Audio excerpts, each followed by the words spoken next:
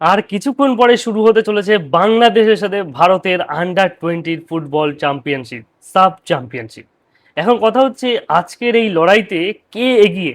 ভারত ইতিমধ্যেই ভুটানকে 5 গোল দিয়ে হারিয়ে ফাইনালে পৌঁছেছে। বাংলাদেশও তেমন করে নেপালকে হারিয়ে দিয়ে ফাইনালে পৌঁছেছে। এখন কথা হচ্ছে বাংলাদেশে তো সুলিভান ব্রাদার্সদের কথা বেশ চলছিল, কিন্তু ভারতের কি ওমাং দোদাম, সে কি ভালো খেলে দেখাতে পারবে? আপনাদের কি মনে হয়? সে দুর্দান্ত ফর্মে আছে, ইতিমধ্যে গোলও করেছে আগের ম্যাচে, এবং তার প্রথম ম্যাচে বাংলাদেশের সাথে সেই ম্যাচেও কিন্তু সে ভালো খেলেছিল এবং বাংলাদেশ কিন্তু যথাসাধ্য চেষ্টাও করেছিল। এখন ফাইনালের মঞ্চে এসে বাংলাদেশের সুলেভান ব্রাদার্স থেকে শুরু করে এমডি সবাই মিলে কি খেলে দেখাতে পারবে? আপনাদের কি মনে হয়? যাই হোক, একটি কথাই আমার বলা, সেটা হচ্ছে যে বাংলাদেশের ছেলেরা সাহস আজকে অনেক পাবে, কেননা তাদের ওই স্টেডিয়ামে সাপোর্টারের সংখ্যা কিন্তু অনেক বেশি, এবং প্রায় অর্ধেক, কি মানে প্রায় 80 থেকে 90% শুধু বাংলাদেশেই দর্শক।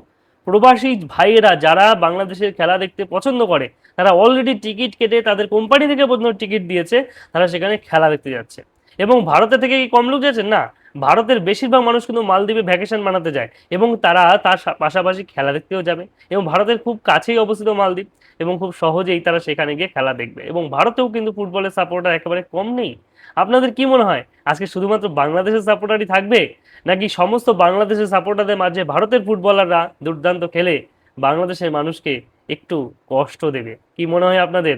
আজকে সুলেভান ব্রাদার্স আর ডেকলান থেকে শুরু করে রোনান, তারা কি তাদের নিজের সত্তা বা নিজের খেলা দেখাতে পারবে, নাকি ভারতের ওমাং দোদাম থেকে শুরু করে বাকি যারা আছে প্রত্যেকে ভালো খেলে তাদেরকে চমক দিতে পারবে?